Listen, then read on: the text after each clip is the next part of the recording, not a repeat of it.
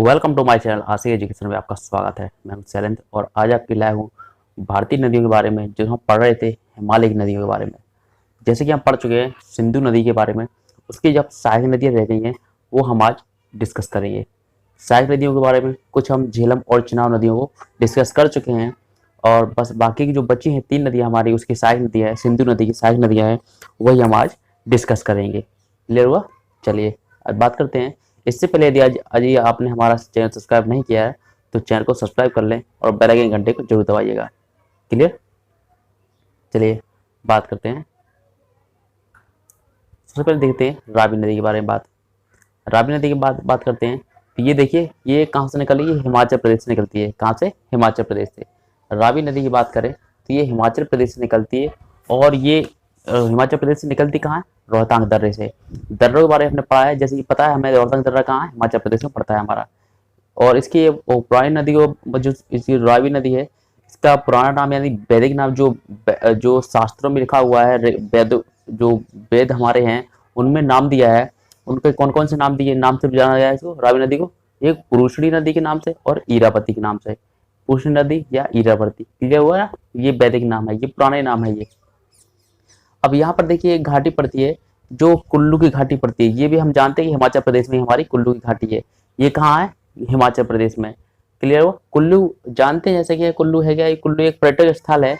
वहाँ पर काफी लोग वहाँ पर पर्यटक के रूप में जहाँ जाते हैं, जो मतलब घूमने फिरने के लिए जाते हैं। अच्छा अपना जो टाइम है वो वहाँ पर गुजारने के लिए जाते हैं। क्लियर?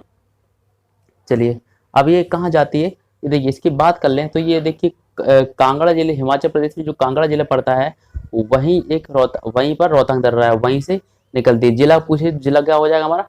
कांगड़ा। कौन सा? कांगड़ा। देखिए आपको दिखा देते हैं कौन सा? कांगड़ा। यही जो नदी है, यही जो स्थान है, जिला है, ये कहाँ है? हिमाचल प्रदेश का एक जिला है, वहीं से ये निकल रही है हिमाचल प्रदेश से। क्लियर? अब ये मिलती कहाँ है? ये मिलती है जाके कहाँ? चिनाब नदी में। चिनाब नदी में ये कहाँ है? यानी कि चिनाब नदी की सहायक नदी क्या है? रावी नदी। क्लियर? क्लियर। और सारी जो चारों नदियां हैं वो सतलज नदी की सहायक नदी, और जो 5 सतलज नदी मिला करके वो किसकी नदी सहायक है? वो सिंधु नदी की। क्लियर? सिंधु नदी की बात कर लें। सिंधु नदी सहायक नदी है जो हमारे कहाँ से निकलती है? ये हमारे तिब्बत से निकलती है। देखिए इसका आबाद क्षेत्र को देखा जाए तो इसका आबाद क्षेत्र कहाँ है? ये हिमाचल प्रदेश में निकलती है, जम्मू कश्मीर में और पंजाब में बहती हुई जाती है। कहाँ? ये ब्यास नदी में, उसमें चिनाब नदी में मिल जाती है। चिनाब नदी में नदी जाके मिल जाती है। क्लियर?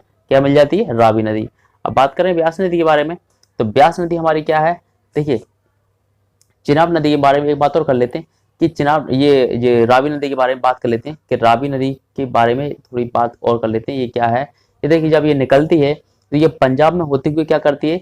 जो अमृतसर है हमारा, पंजाब का अमृतसर है और गुरदासपुर,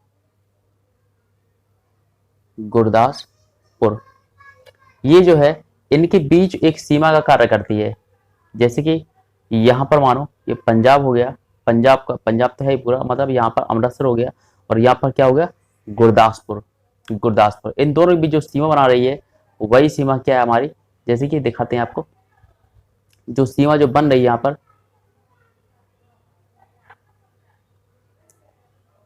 पर जो सीमा बन रही है वो हमारी क्या होगी? वही हमारी रावी नदी है। क्लियर हुआ?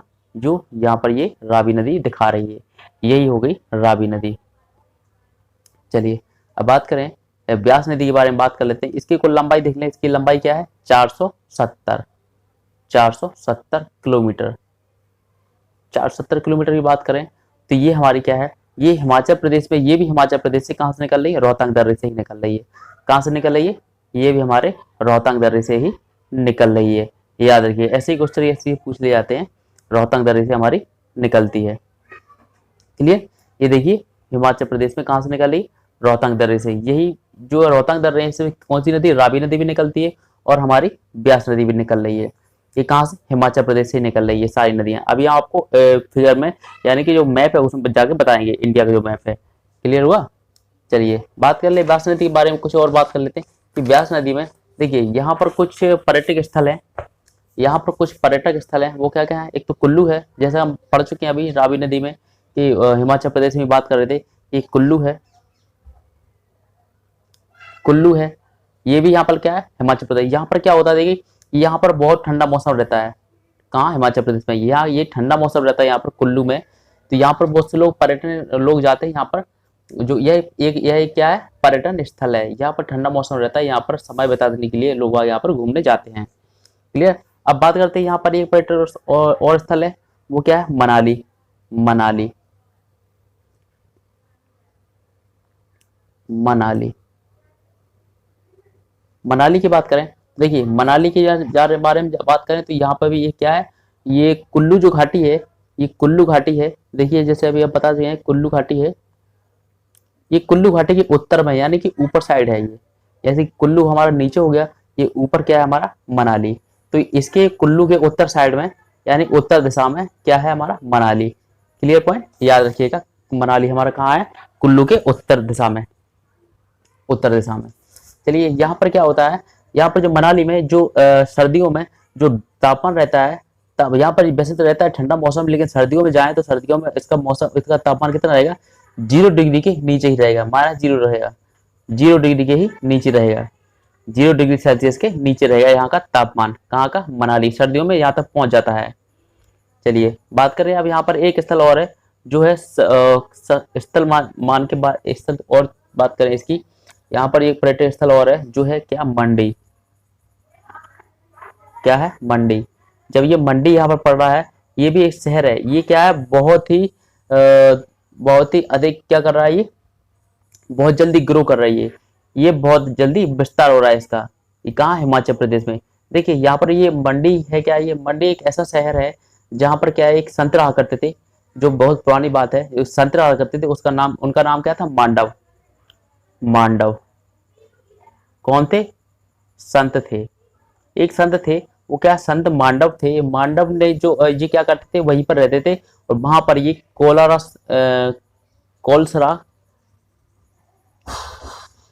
कोलसरा कोलसरा नाम का क्या था एक पत्थर था, कोलसरा, जहाँ पर मतलब जहाँ पर बहुत से पत्थर है वहां पर एक कोलसरा, उन्होंने अपना नाम जो बैठने का स्थान दिया था, वो स्थान क्या दिया था, उसका नाम दिया था कोलसरा।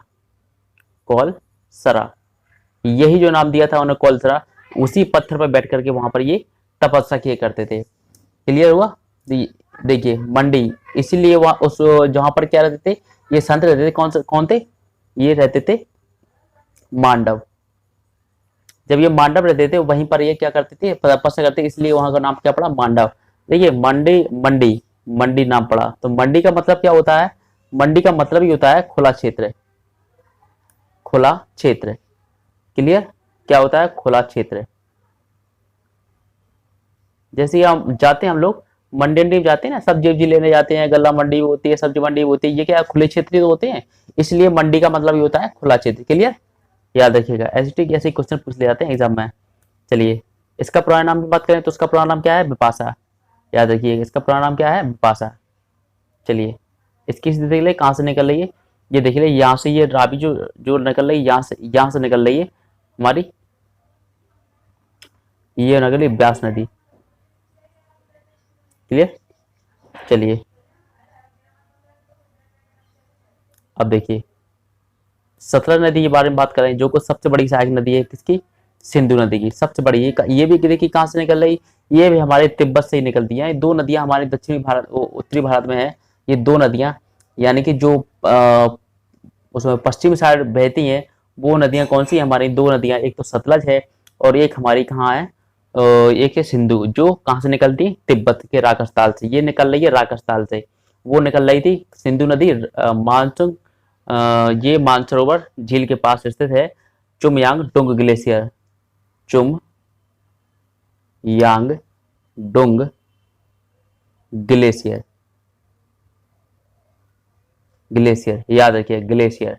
क्लियर, ये कहां से निकल रही है हम जानते हैं, ये हमारे तिब्बत से निकल रही है, ये राजस्थान से निकल रही है। क्लियर।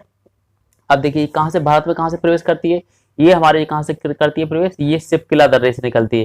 ये शिवकिला हम दर्रे हम आपको पढ़ा चुके हैं, ये शिवकिला दर्रे से ही निकलती है। क्लियर, दर्रे हम जानते हैं क्या होते हैं। दर्रे हमारे दो पहाड़ों के बीच की रास्ता होता है, यही जो निकलने आने का रास्ता है। जैसे कि डिवाइडर आपने सुना होगा, जो रोडों बने होते हैं डिवाइडर, उनके बीच में जो जगह रहती है जहाँ चौराहे होते हैं, वहीं पर एक जगह छोड़ी रहती है जहाँ से इधर के आदमी इधर से उधर जा सके। वही रास्ता जो हमारा क्या कहलाता है, दर्रे कहलाते हैं। जो लेकिन वो होते हैं पहाड़ों के बीच में। क्लियर, दर्रे याद रखिएगा। अब देखिए जैसे कि बात करें सतलज नदी के बारे में तो सतलज नदी हमारी क्या है, हिमाचल प्रदेश में भारत के मीठे पर सबसे मीठे पानी की सबसे बड़ी कृत्रिम झील बनाती है। कौन सी? गोविंद सागर झील, ये हिमाचल प्रदेश में है। याद रखिए, ऐसे क्वेश्चन पूछ ले जाते हैं एग्जाम में। सबसे इंपॉर्टेंट क्वेश्चन है, स्टार लगा दीजिए इस पर। और बात कर लें यहाँ पर सतलज नदी पे क्या बना हुआ है, सतलज नदी पर बना हुआ है भाखड़ा नागल बांध। ये भाखड़ा नागल बांध है, बना हुआ है। क्लियर, ये किसके लिए प्रसिद्ध है? ये भाखड़ा नागल बांध ये क्या, पन बिजली के लिए। क्या? पन बिजली, पन बिजली के लिए प्रसिद्ध। यहाँ पर पन बिजली का उत्पादन किया जाता है, यानी बिजली का उत्पादन किया जाता है, पन बिजली। पूछ लिया जाए कि ये जो गोविंद ये भाखड़ा नागल बांध है, ये किसके लिए प्रसिद्ध है, कौन सी परियोजना लगाई पे, यहाँ पर पन बिजली परियोजना लगाई गई है। कौन सी? पन बिजली परियोजना, बिजली परियोजना। Clear point. ये कहाँ? सतलज नदी पर, याद रखिएगा। देखिए इसकी स्थिति देख लेते हैं, ये कहाँ से निकल रही है। ये देखिए यहाँ पर ये राकस ताल है, यहीं पर मानसरोवर है, ये राकस ताल है। यहाँ से जो सतलज नदी निकल रही है, ये देखिए आप देख सकते हैं सारी नदियां हैं, झेलम है, चिनाब है, रावी है, ब्यास है, ये सारी किसे मिल रही है? ये सतलज मिल रही है। और ये सतलज जाकर के कहाँ मिल रही है? ये सतलज जाकर मिल रही है कहाँ पर? सिंधु नदी में। ये देखिए हमारे इंडस रिवर। क्लियर, यहाँ ये भी यहीं से निकल रही है, ये मानसून चुमयांग ग्लेशियर से निकल रही है, राजस्थान के मानसरोवर झील के पास से। क्लियर। अब ये देखिए सतलज नदी की बात करते हैं, तो सतलज नदी की बात कर रहे हैं तो ये देखिए यहाँ पर जो है सिपकला दर्रा है, यहाँ पर हमारा देख सकते हैं आप। ये यहाँ से जो जा रही है, जैसे भारत में प्रवेश करती है, यहीं पर क्या है, यहाँ पर ये सिपकला दर्रा है, आप देख सकते हैं सिपकला दर्रा है। क्लियर, सिपकला दर्रा। देखिए यहाँ पर एक बैराज है, ये क्या है, ये पंजाब में पड़ता है। क्लियर, ये यहीं पर, यहाँ पर क्या है, एक बांध बना हुआ है, यहाँ पे भी बांध बना हुआ है, कहाँ? पंजाब में ही। ये कौन सा बांध है ये पर? यहाँ पर आप देख सकते हैं, हम आपको पहले ही बता चुके हैं, ये है यहाँ पर पंजाब, ये पंजाब में पड़ रहा है, कपूरथला के नेक्स के पास है। कौन सा है ये? आप देखते हैं हरि के बैराज। ये कौन सा है? यहाँ पर हरि के बैराज, हरि के बैराज, याद रखिएगा। ये कहाँ? कपूरथला के निकट ही पड़ता है। क्लियर। चलिए अब बात कर लें और भी इसके सतलज नदी के बारे में। ये देखिए पंजाब में भाखड़ा, ये हम बता चुके हैं। इसकी ऊंचाई क्या है? ये जो भाखड़ा नागल बांध है, ये विश्व का सबसे ऊंचा बांध है। काय का? कंक्रीट के मामले में, कंक्रीट बांध है ये, विश्व का सबसे ऊंचा बांध है। किसके? कंक्रीट के मामले में। ठीक है, कंक्रीट बांध है ये। कौन सा बांध है? ये कंक्रीट बांध है। इसकी ऊंचाई क्या है? 226 किलोमीटर, ये 26 मीटर, 226 मीटर, याद रखिएगा। और यहाँ पर एक बात और है, भाखड़ा नागल को जवाहरलाल नेहरू ने क्या कहा था? चमत्कारिक वस्तु, विराट वस्तु कहा था। चमत्कारिक विराट वस्तु के नाम से जाना था। किसने कहा था ये जवाहरलाल नेहरू ने कहा था। क्लियर। चलिए यहाँ पर और बात कर लें, सिंधु जो सतलज नदी हमारी, ये यहाँ पर हरि के बैराज बांध बनाया गया, जो विश्व की सबसे लंबी नहर यहाँ से निकाली जाती है। विश्व की सबसे लंबी नहर कौन सी है? इंदिरा गांधी नहर, इंदिरा गांधी नहर यहीं से निकाली गई थी। विश्व की सबसे बड़ी नहर कौन सी निकाली गई थी? ये इंदिरा गांधी नहर, यहीं से। कौन सी? यहाँ कहाँ से निकाली गई? बैराज, हरि के बैराज से। ये कहाँ निकाली? पंजाब में। क्लियर, जो मैंने बताया दो नदियों से मिलकर बना होता है हरि के बैराज। क्लियर, यहाँ पर जो बांध बनाया दो नदियों में मिलकर बना था। यहाँ पर ये देखिए बात कर लेते हैं समझौते के बाद। सिंधु समझौता हुआ था, क्या हुआ था इसमें? सिंधु समझौते में जो सिंधु नदी है हमारी, कौन सी? इंडस नदी, इंडस रिवर, सिंधु नदी बोलते हैं, सिंधु नदी बोले। फिर से देख लेते हैं, सिंधु नदी और चिनाब नदी और हमारी होगी झेलम नदी। ये बाकी जो तीन नदियां हैं, इन पर एक समझौता हुआ था, कि इस पर यह समझौता हुआ था जब पाकिस्तान और भारत में युद्ध चल रहा था, मतलब भारत पाकिस्तान में विवाद हुआ था कि हम इनका अब हमारे पानी का यूज नहीं करेंगे। ये अपनी नदियां समझ रहे थे, ये अपनी समझ रहे थे, लेकिन इसमें एक समझौता हुआ क्या हुआ कि 1960 में हुआ ये समझौता। यह हुआ कि जो सिंधु नदी और चिनाब नदी और झेलम नदी का कुल 20% भाग है, इसका सिर्फ भारत यूज करेगा। इसका क्या करेगा, 20% कौन यूज करेगा, भारत। इन नदियों का, इन नदियों का पानी क्या 20% यूज करेगा भारत, और 80% कौन करेगा, पाकिस्तान। यही समझौता हुआ था इनके बीच। क्लियर। और बाकी जो 3 नदियां हैं, इस बाकी जो बची हैं, रावी, ब्यास और सतलज, सतलज, इनमें क्या समझौता हुआ था कि ये जो बाकी ये 3 नदियां हैं, इनका 20% यूज कौन करेगा, इनका 20% यूज करेगा पाकिस्तान, और 80% यूज कौन करेगा, 80% यूज करेगा हमारा भारत, 80% यूज करेगा भारत। याद रखिएगा, ऐसे क्वेश्चन पूछ ले जाते हैं। तो ये जो बाकी की शुरू की नदियां हैं, ये कौन यूज कर रहा है, 80% यूज पाकिस्तान कर रहा है, और बाकी यानी झेलम, चिनाव, रावी, सिंधु, चिनाव, झेलम का उपयोग कौन कर रहा है, 80% जल का पाकिस्तान करेगा। क्लियर। और 20% क्या करेगा, भारत। और बाकी की जो रावी, ब्यास, सतलज हैं, रावी, ब्यास, सतलज हैं, रावी, ब्यास, सतलज, इनका उपयोग कौन करेगा, 80% यूज करेगा कौन सा, भारत, और बाकी के 20% बचा, ये कौन करेगा, 20% पाकिस्तान। क्लियर। चलिए, तो हमारा सेशन आज का यही समाप्त होता है। यदि आपको हमारा वीडियो पसंद आया तो लाइक और सब्सक्राइब करें और बेल आइकन घंटे को जरूर दबाइएगा, ताकि आपके लिए जो भी वीडियो बनाए आप तक उसका नोटिफिकेशन पहुंच जाए और आप आसानी से हमारे वीडियो देखते रहें।